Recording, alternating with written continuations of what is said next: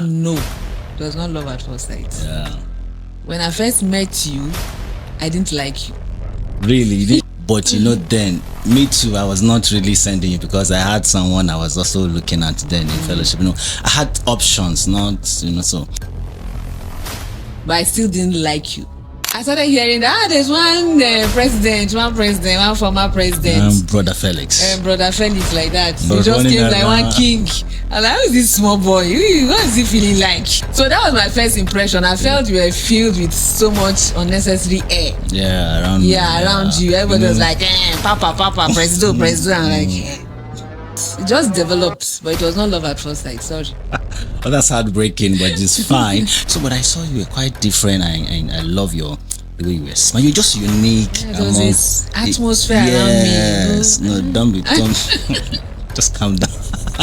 Because someone will be watching here now and wonder, so what was it? What was that thing? There was connection. Yes, people have connection with animals, people have connections with dogs. What was that thing? Because you are looking for something, you're looking for, like, what is that thing that you found? But I found in you safety. Okay. Let me just stop there. Yeah. Safety. Okay, the word is safety. So you found safety and because you didn't have money that time.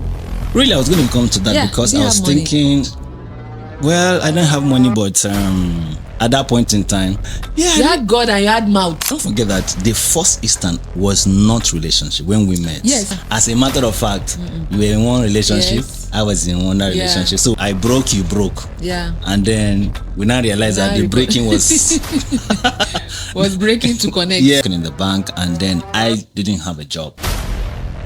Yeah. And just 1 month into marriage. Yeah. Married in December, by January I resigned. And then you were the one taking care.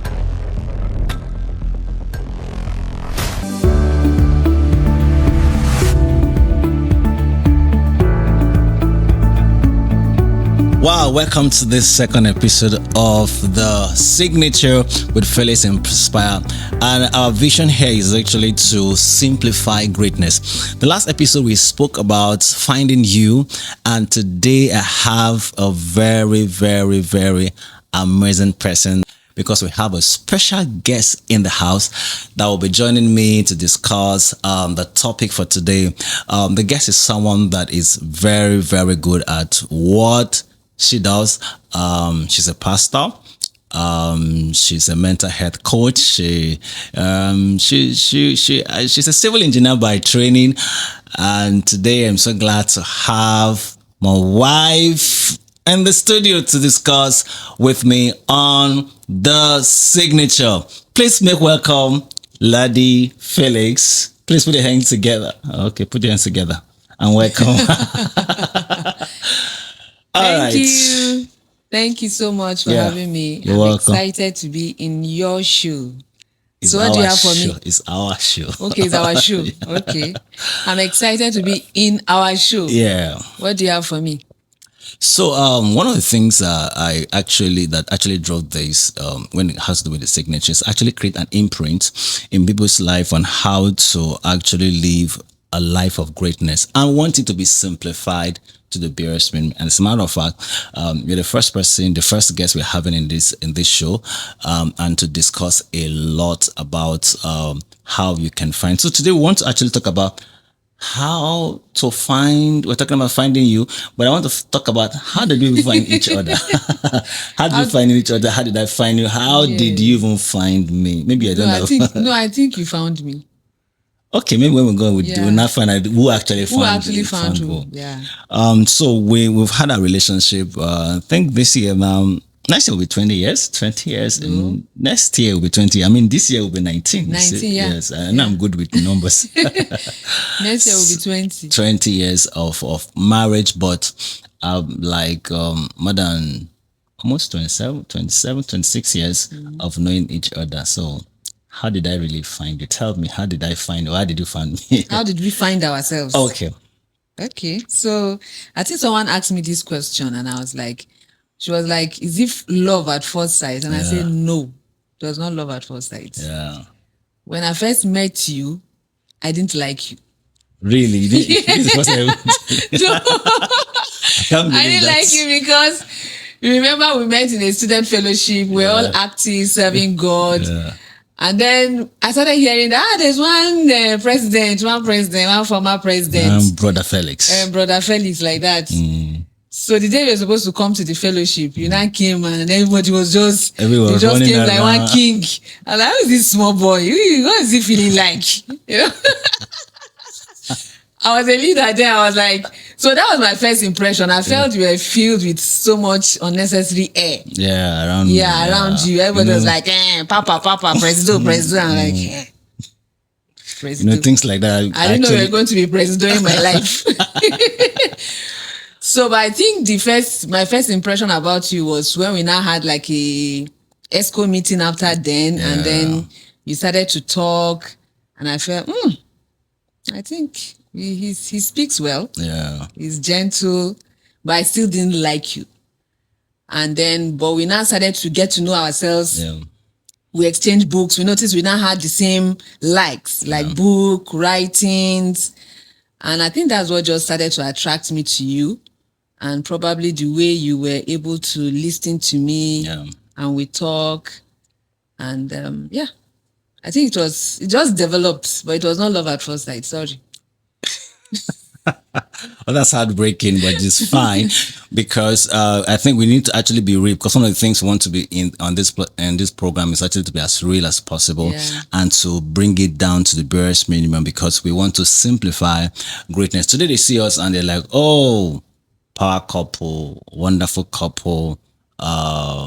So for me, I want to talk about one of the things that actually attracted me to you was. You know, when I also came in, I remember that time I came, I just went to school and then I came back, then Presido, there's somebody carrying your bag, there's somebody, I know you have prophecy for somebody wants to come and give you this. So, but I saw you were quite different. I love the way you were smiling. You're just unique. Yeah, there was this atmosphere around me. Yes, don't be dumb. Just calm down. So I would just love that. But then me too, I was not really sending you because I had someone I was also looking at then in fellowship. I had options, not so. But you stood out. You were different. You were godly. You were God's person. And I love the smile. So that actually attracted me to you, and I started to look at, okay, who is this person? Who is this laddie? And so we got close and I started to, is it mentoring or I started to talk to you. I remember then you had a lot of issues and then I became the counselor. And from counseling, I counsel you into my life. I counsel into my life. And so, but one of the things I learned about that period is the fact that we had a connection. Can you talk about our connection? What was the connection? Talk about our connection that period. So I think for me, the connection was more on, I remember then we would sit down for hours to talk about outreach. Yeah. We didn't have money, but we had dreams. You would talk about opening a library, owning bookstores, going to villages for outreach. I'll also say, oh, I love this. I want to talk about family. So all those things were interesting to me because even though I wasn't sure of my future, but I knew that those things were special. They were what brought out the real me. So we could talk about it for hours, so kind of, it was like you were painting the kind of future I wanted to see myself into. I love that, painting the kind of future. So I gave you that hope. The Bible talk about the hope, expectation. So I was like the expectation you were looking at, something you wanted to see, something you have envisioned. But I also say something. For me, one of my greatest point of attraction was your understanding. You're very okay. You're still intelligent, but you're very intelligent, and that's really because I love intelligent people. I am intelligent, so intelligent must I kind of meet intelligent person. So I wanted to, and so that point actually got me attracted to you. Then the other thing again I want to talk about is the fact that I saw your consistency and your commitment to God.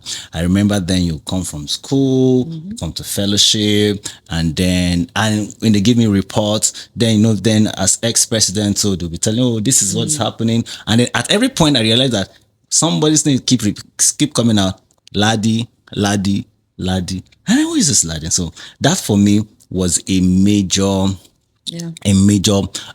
point of reference, and it was so amazing. So the question, in this program we're talking about finding. One of the things I want to also ask you is when you talk about finding, what will you say is something that you found in me that you couldn't really resist? Talk about what is that thing that you found in me that it was just it for you, apart from the connection.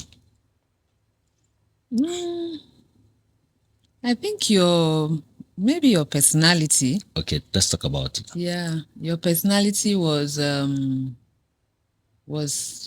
gentle. Okay. And focused. So I think that period you had like friends around you that a few of them were my friends. Yeah, you understand? But then there was just this leadership air around you. You've been able to connect with people. You've been able to listen to people and, offer advice or good counsel. And I just found myself maybe just being connected to you. Yeah. So what is irresistible? Yeah, what is that thing? What is that thing? There would be something that was for you was like, oh, I found it. This is the thing. Because someone will be watching here now and wonder, so what was it? What was that thing? There was connection. Yes, people have connection with animals, people have connections with dogs, people have connection with all manner of things. So what was that thing? Because you are looking for something, you're looking for, like, what is that thing that you found in me that was for you was the final maybe I can say God. Okay. And I'm not saying God because I want to sound spiritual and all that, but as a young girl, you want to find or be with someone that reminds you that you are safe. Okay. Yes, I always share that too, that it's very important for ladies to feel safe with whoever it is they are planning to get married to. So you gave me that safety. Okay. Because you were connected to God. I didn't see in you someone that will hurt me. You never did. You didn't even try.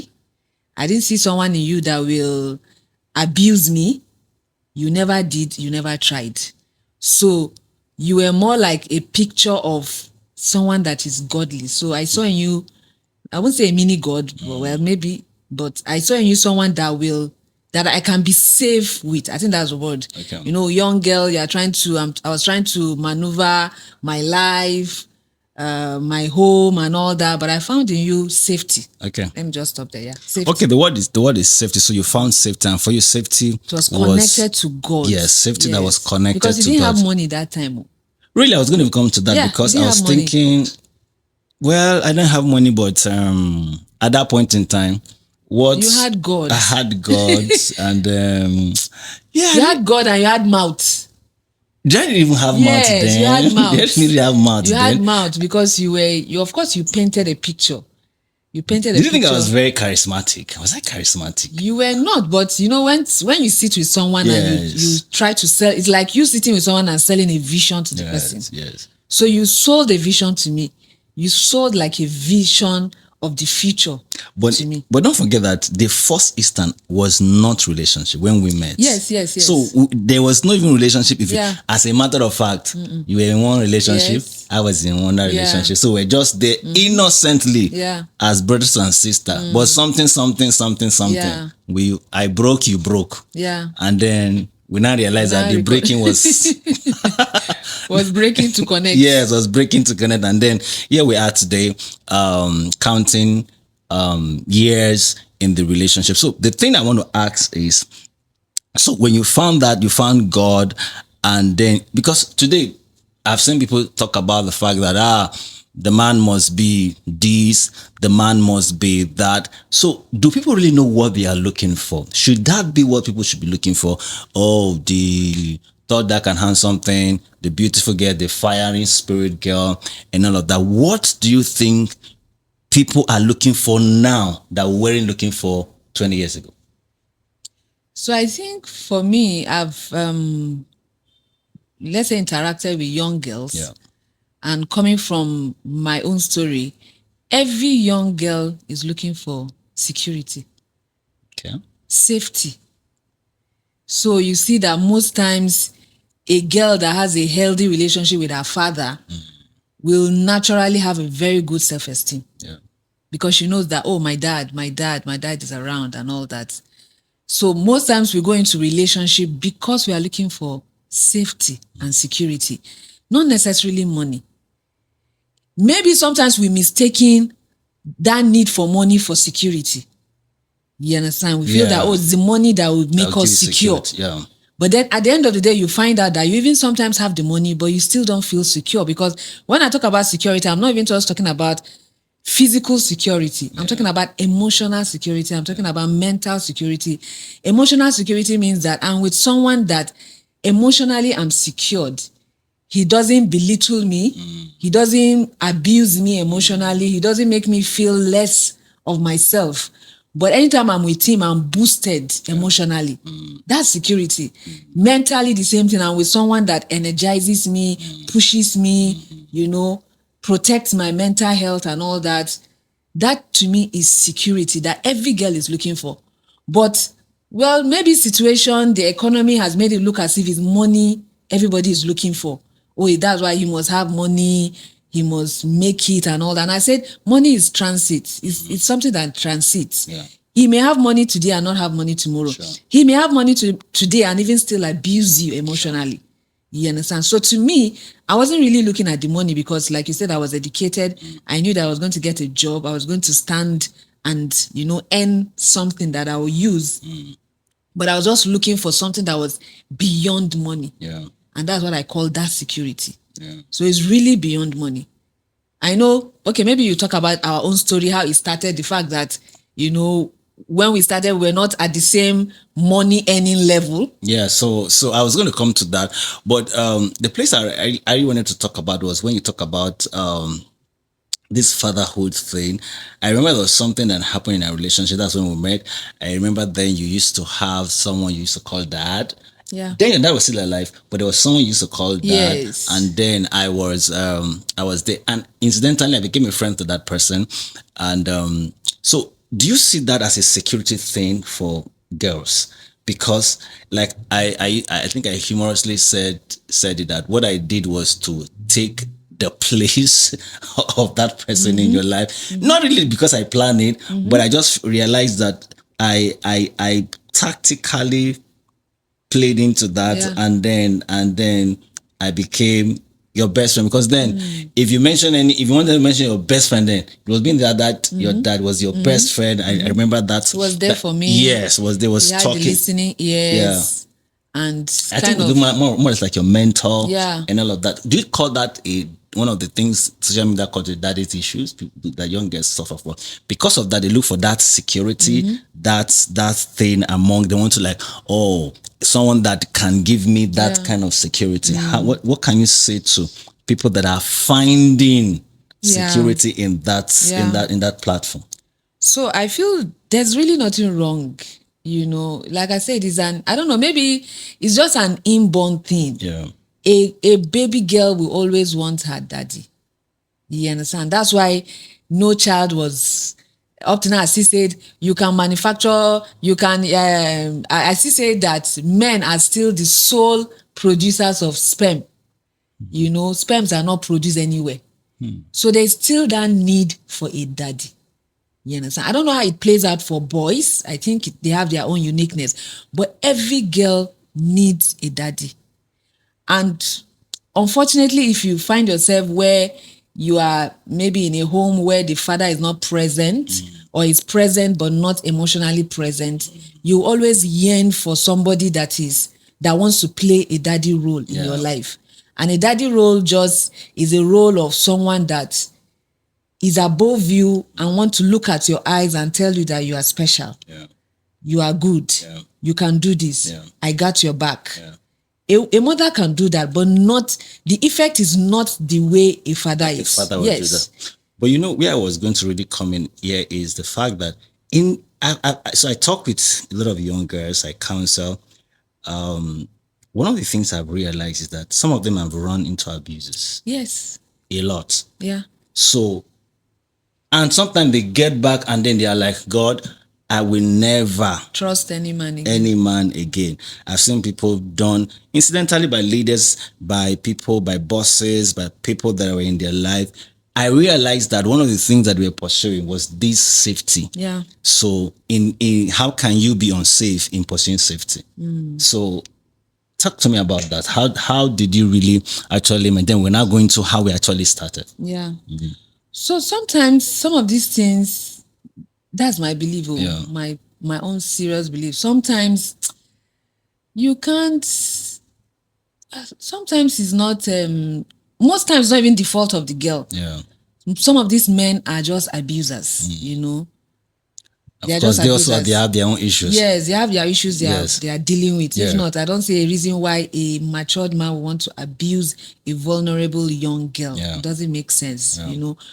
But sometimes if it happens, it happens. But what I usually recommend for young girls is when growing up, I have young girls, and one of the things I know I'm going to always push them is to have community. Yeah. Don't be a loner. Don't be somebody alone. You have a daddy that is not whether spiritual or whatever, and you are dealing with him alone. Nobody knows about your relationship, and you are not accountable to a community or even a group of friends to say that know that you are with this man as a daddy. So that if something starts happening that you're not comfortable with, you can go back to say, I don't understand why is this my daddy telling me to come to his house by 12 p.m. And they'll tell you, okay, run. But most times you see these young girls alone. You are with a mentor alone. Nobody knows about your whereabouts. Nobody knows about what you are doing. It's not advisable. But everything comes from community.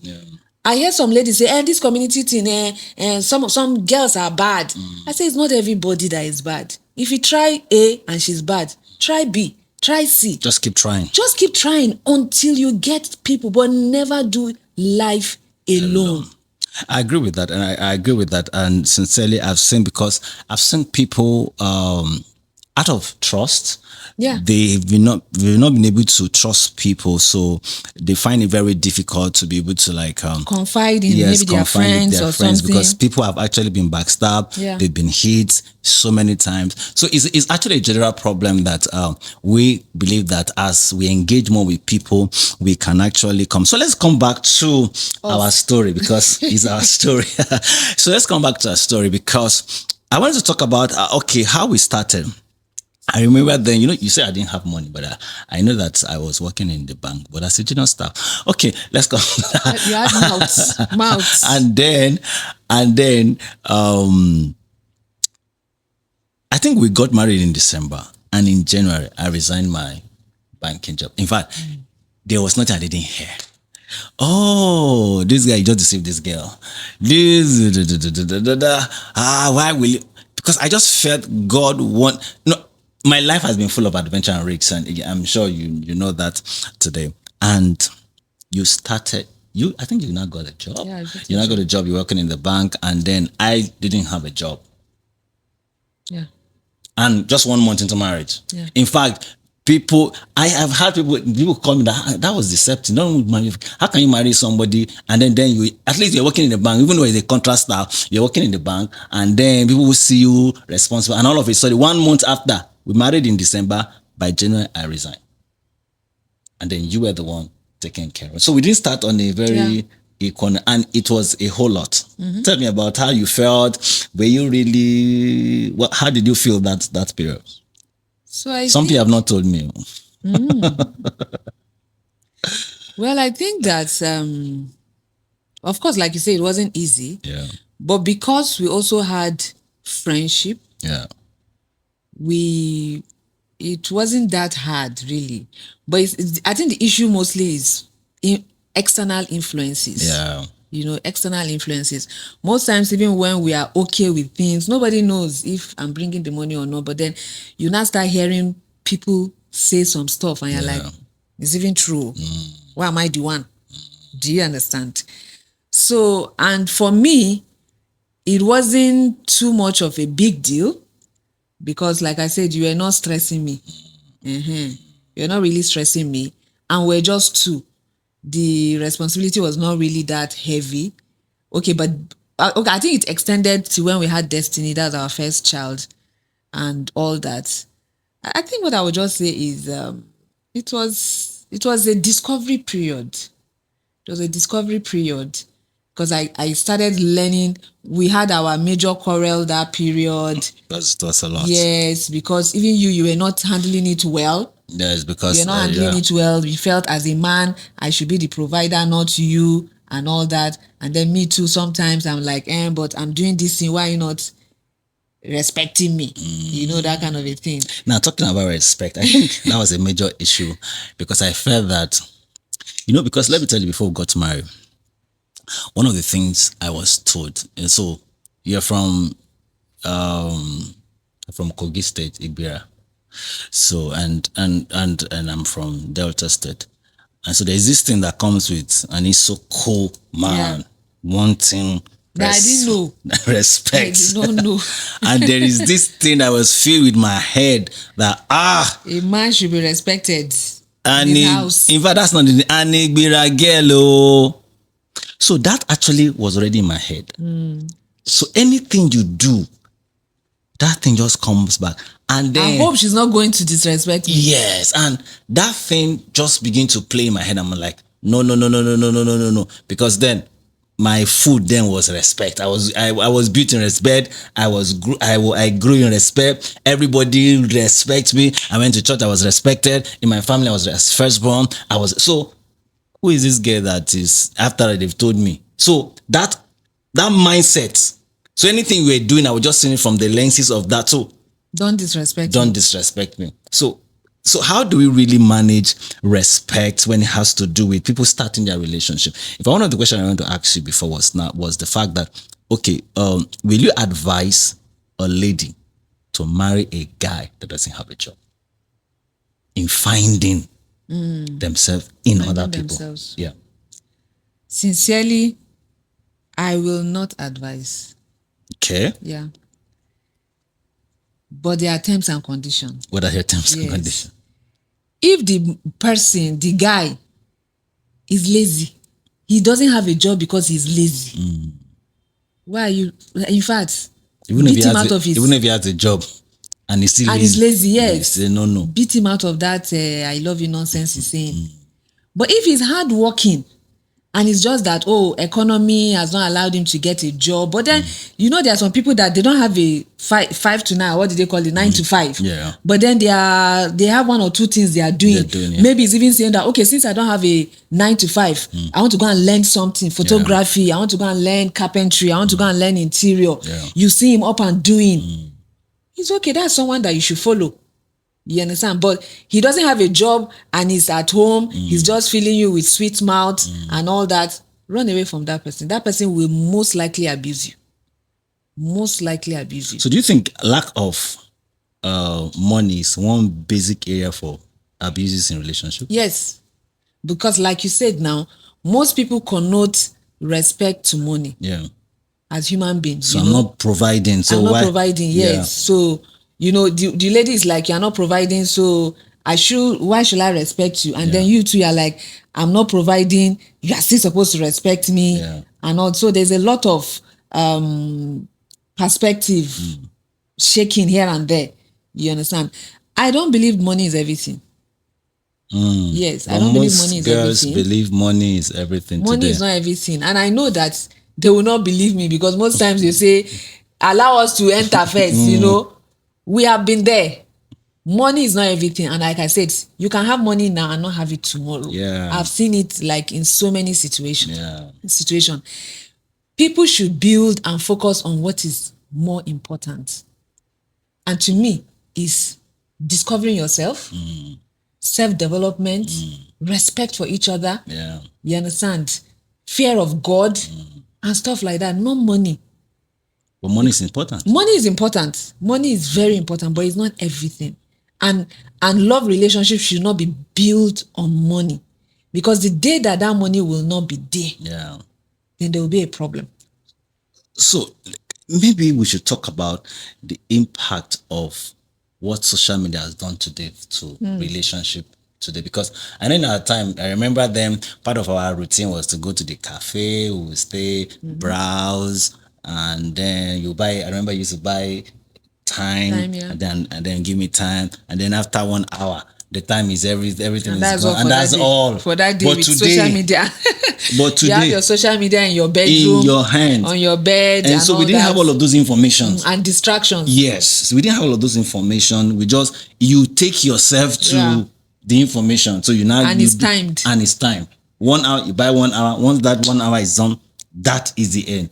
But today we are inundated with a lot of information. It's flooded everywhere. How has that affected both young girls and guys' perspective about relationship? So for me, I feel like, let me just say one thing. Yeah. Social media has given us a basis for comparison. Yeah. That most times are not realistic. Okay. Like you mentioned, then there was no basis, so we just the person you are with is the person you are with. Yeah. You understand? The least you can do is compare the person with your friend or somebody.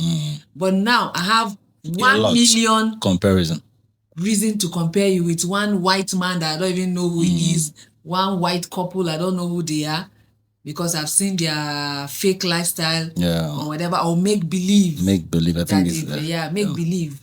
So that's the danger of social media. Aside the advantage it has to spread whatever good message you have out there, social media has given us a sometimes most likely a basis to compare, and comparison is not good. You understand? When you have to compare, and it gives you a form of anxiety that you don't even need. And most of the comparison are not likes for likes.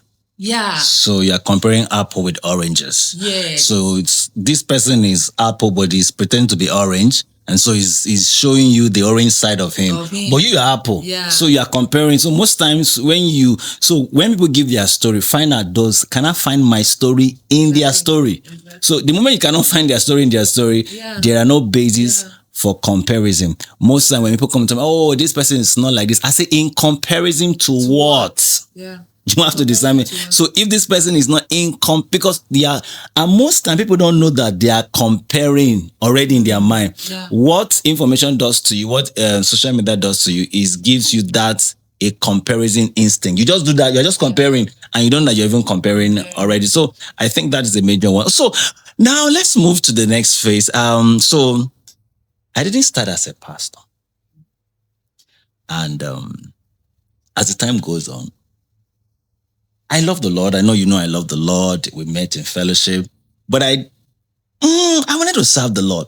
But along the line, I began to navigate towards ministry, towards God, towards mission, and here I am today, a pastor, and of course, marketplace consultant too. How have you been able to marry that two together, Felix? Pastor, husband at home. How are you wearing these different caps? Okay, so I've been real, Abby. Yeah. Sincerely, what's coming to my mind is the grace of God. Yeah. So I've always had this belief, I still have the belief that God does not call you prepared. Like he doesn't call the prepared. Most times he prepares you on the journey. You understand? So I wouldn't say I was too prepared for what was coming and all that. I feel like God is preparing me and he's still perfecting me. So for me, when you became a pastor, when I think they ordained you in Kano and all that, it wasn't a big deal to me because I was working and then you were working too. So I felt it was just those normal pastoral duty in church. You wake up, you go to church. I think one of the shocker then was having to prepare very early to go to church because you're a pastor, so we have to be there on time. And we had a child then or so. So preparing very early. At the point we were not coping. So you had to go earlier, and then I will come. I remember that story. Yes, and then I will come and later. We had only one car. We had only one car, but yes, there was a time we had only one car. In fact, I had to take bike and left you with the car, okay. And then I went to because then you were just my God. So it was a lot. Yeah, you are not a woman, so you don't know what it takes to prepare a child. Wake up, prepare yourself, and then at the point I got pregnant for the second child. So, but we just got used to you going, and then I will just come after. Yeah. And then maybe after service, we'll go back home together also. Yeah. But then I think when we found our level or way, there wasn't any issue. And then I think the other challenge would be me now trying to catch up with, okay, maybe when you now came back to, when we now relocated to Abuja and you were now like a lead pastor. Yeah. And then I had to be a lead pastor's wife. So, that was a transition. Yeah. Because I was already used to just being on my own, my work, and now I'm being told I have to be an example to some group of human beings. Yeah. So, and I think, like I said, it was challenging in a way, but God kept preparing me. I had issues relating with people, but I kept learning on the way. And I don't know what else you want to know. Okay, that's pretty good. I just wanted to find out how actually you've been coping because. Okay, so maybe I need to add. Let me just add quickly that another thing that helped us in relation to us is the fact that we were talking. Yeah, you understand? I didn't feel so much of the burden because you were there. Yeah. So we're always talking. You will come tell me about what is happening. I'll come tell you if anything is bothering me. Yeah. And then I think I need to mention here too that one of the things that also helped was because you had a listening ear. Yeah. So I could come and say, I'm not happy. I don't like what is happening. And you will listen. I used to say this word, I said malleable, you had a malleable spirit. So you could listen and adjust. You understand? You could listen and adjust. So when it came to me and you, I think what helped us was that we were friends. Yeah. You understand? We were real friends and we talked about everything. Yeah. So if anything was bothering me, I'll come and tell you. Yeah. And you will listen. If anything was bothering you or you didn't like something, you come tell me and I will listen. So that really helped. So just imagine if you were not listening. So the truth is that sometimes wearing those caps, different caps, it could be a whole lot. Yeah. And I understand that because there is a way that the corporate world runs and there's a way the church. I came from the corporate. I'm in the corporate world. And so sometimes I went in with the mentality. But as I grow in ministry, I think I remember our father in the Lord, Bishop Bolumadi, sharing with me that, look, and that really helped me. Then I didn't understand it. But over time, I began to understand that church is quite different. You can bring the principle, but you must understand how to apply that principle with church people, church setting and church environment, because sometimes we are people conscious, people sensitive, especially the kind of ministry that we belong or we are called to or raise, and which is raising peculiar treasures. And so it has to be people that are not either cannot become peculiar treasures. So it can be a whole lot. And so fitting into that system and then being the wife of someone that is actually at that forefront can be a whole lot. I know that. But one of the things that actually drove my understanding is the fact that I was thinking of, you already know it. I was thinking that, you should understand, that kind of assumption. But over the years, I realized that you have never been there before. I've never been there before. We're learning the rope. And we're different. Yes. In our approaches, kind of. Yes, let's talk about that, because that's one thing. In fact, one area I want us to talk about is there's a different, I think I was thinking about it recently. There's a difference between being married and couples in ministry. Mm-hmm. This is a big challenge. And I've seen people, they were good until they started doing ministry. Yeah. They were amazing until they now became couples in ministry. How have you been able to? Because if I can say it here, because one of our biggest issues have been as in working in it. It's also the strength, but it could also become one of the biggest things that we have had to. So how do we really, how have we been able to surmount couples in ministry and then be married at the same time? So like I said, I think we were talking along the way. Yes. That helped a lot. But another thing that initially we didn't understand was our differences. Yeah, different approach. We felt our differences was an attack on each other. Yeah. So you were more of a softer, how did they put it now? You were soft. Yes. Yeah, so let me explain that. Let me explain that. You know, we've had this conversation before. Okay. So for me, my approach is quite different. So I will give you a practical. For instance, now you said you are people centric. Yes, I'm people centric. But my approach is not so much of people centric. I'm more of principle centric. You are more of process centric. Process principle centric. Yes. Let things be the way they should be. Let things go the way they should go. But I remember you always coming to say, yes, things should be the way they should be. Things should go the way they should go. But put the people first. Yes, I will always put people first. Yes. And then we had our differences. I saw the reason why you wanted to put people first, but I was like, yeah. But I was put people first. Put people first, yes. So it was a problem initially. But you need the two, actually. You need the two, yes, but you need to know when to apply the two. Yeah. That's what I also didn't know, because I was like, no principle, no process. So people felt I was firm, I was too difficult. Meanwhile, pastor is gentle, he's people, he's whatever, and pastor's wife is, is a witch. So, but like you said, we need the two. But later, I now started to discover that, you weren't really wrong. You know, you've been called to serve these people, actually. So, but know when to apply them. Yeah. Know when you need to drop the principle and focus on the people, and know when you need to say, see, people, I love you, but this principle needs to stand.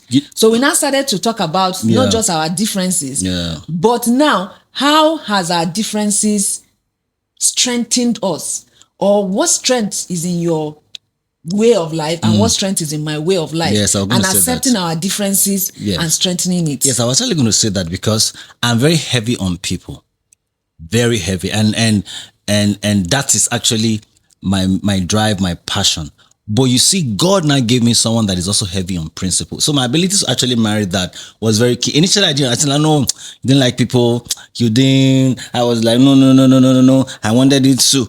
But it's always the balance. God does not make mistake. Yeah. So if God has given me, so most of the time when you now come with principle, I was like, no, the people.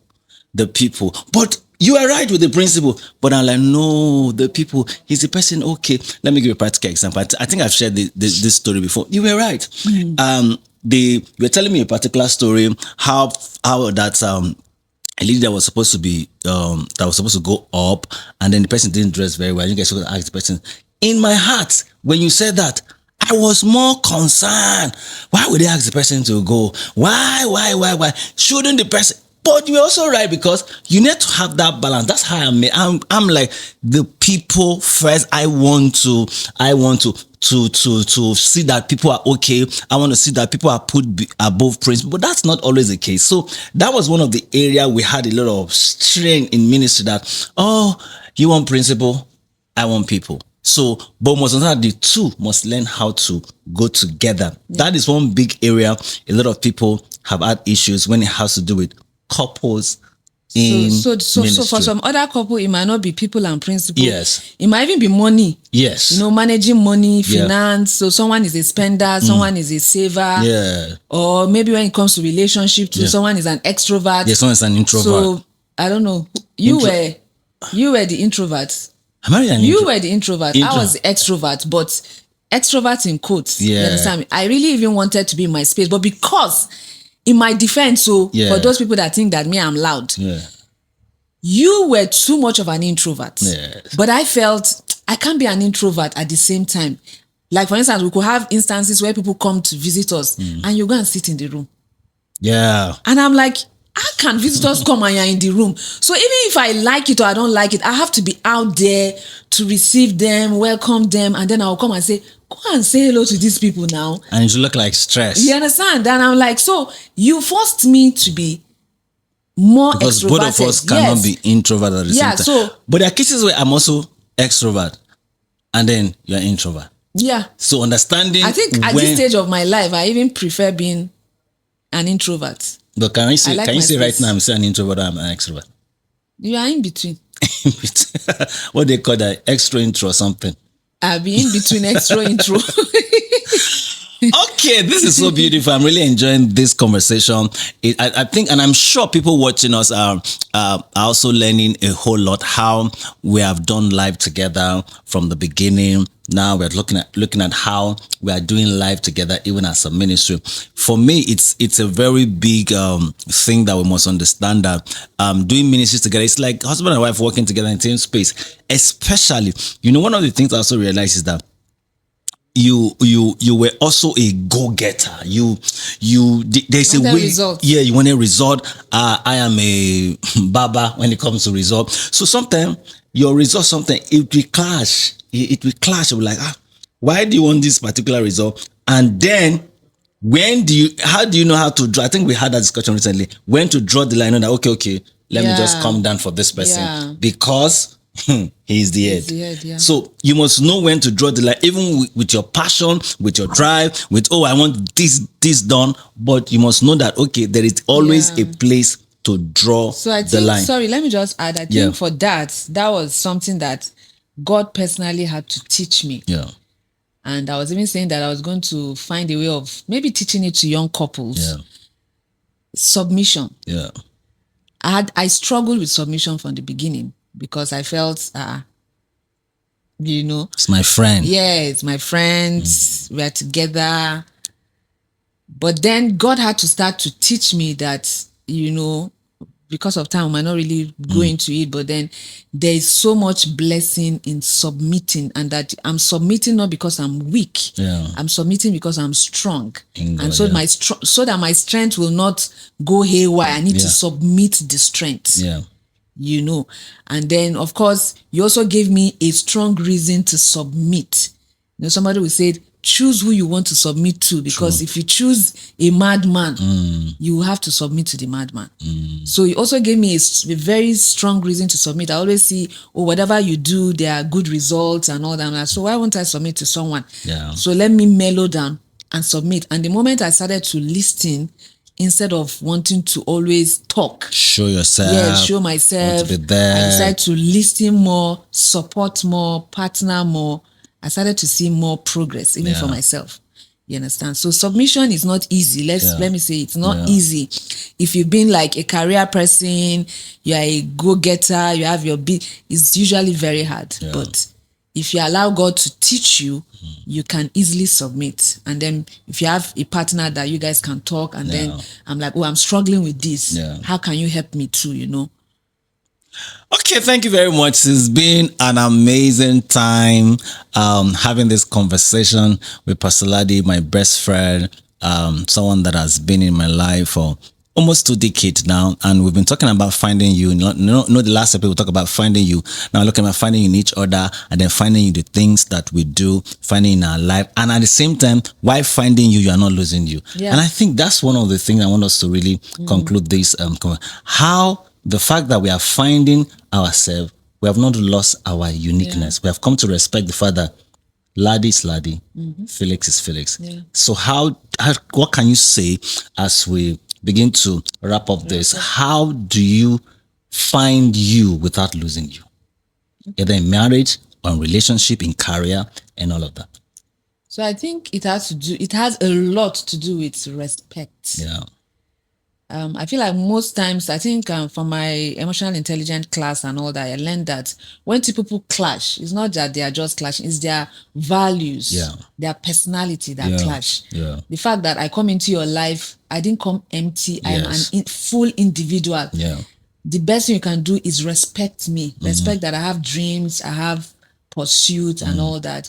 So when you are in finding ourselves, one of the ways that I have seen that I have not lost myself is because of the respect that I get from you. Yeah. We have issues, conflicts, but then we resolve it from the place of respect. Yes, respect. For instance, not because I want to brag. I know that even when we try to resolve our issues, we've never used foul languages on each other.